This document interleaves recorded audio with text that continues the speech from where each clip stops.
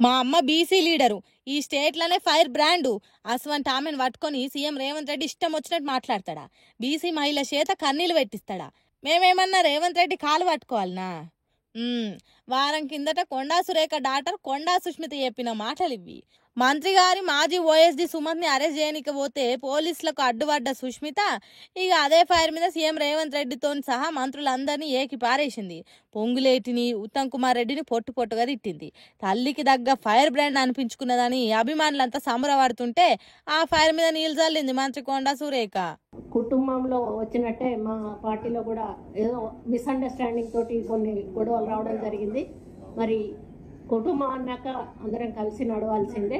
కాబట్టి మరి మా పాప ఏదైతే ఆ రోజు అంటే కొంత పోలీసు రావడం వల్ల ఆవేశంలో ముఖ్యమంత్రి గారిని కొంత మాట్లాడడం ఏదైతుందో దాని విషయంలో నేను క్షమాపణ చెప్తూ మాదంతా కూడా అందరం సర్దుకొని ముందుకెళ్తామని తెలియదు.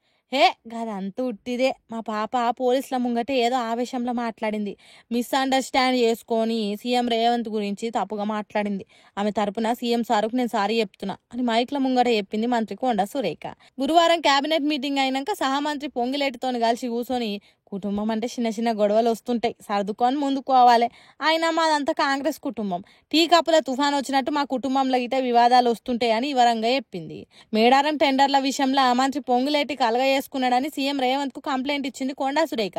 ఇప్పుడు అవన్నీ పక్కన పెట్టి మాకు ఎన్నో పంచాయతీలు ఉంటాయి, సవాలచ్చ దందాలు ఉంటాయి, ఏమన్నా ఉంటే మాలో మేమే సెటిల్ చేసుకుంటాం అన్నట్టు మాట్లాడిందని అనుకుంటురు పబ్లిక్ అంతా. కొండా సురేఖ సారి చెప్పినాక పాపం పొద్దుగాల లేచి ఎవల ముఖం చూసారో ఏం పాడో గాని గాశారం బాలేక పానాలు గాల్లో కలిసిపోయే కథ అయింది కర్నూలు బస్సులో పోయినోళ్ళది. హైదరాబాద్ నుంచి బెంగళూరు పోతున్న కావేరీ ట్రావెల్స్ బస్సు కర్నూలు జిల్లా పోగానే ఫుల్ స్పీడ్తోని బండిని గుద్దేసరికి ఒక్కపారే మంటలు వచ్చి బస్సు మొత్తం అంటుకున్నాయి. కొంతమంది అందులోకెళ్ళి బయటపడ్డారు గాని ఆడికే 20 మంది దాకా అప్పుడప్పుడే కాలి బూడిదయ్యారు. బస్సు అవతారం చూస్తేనే అర్థం కావాలి మీకు ఎంత ఘోరం జరిగిందో. జీవిడిచిన వాళ్ళ దాంట్లో ఇగో గీ అన్నోళ్ళ కుటుంబం అంతా కాలిపోయిరట. పిల్లలు ఎంత చిన్నగున్నారో కదా పాపం. వాళ్ళ జీవితంలో ఏం చూసిరని అప్పుడే ఆయుష్ తీరిపాయే. ఇంకా గిదైతే మరీ ఘోరం అబ్బా.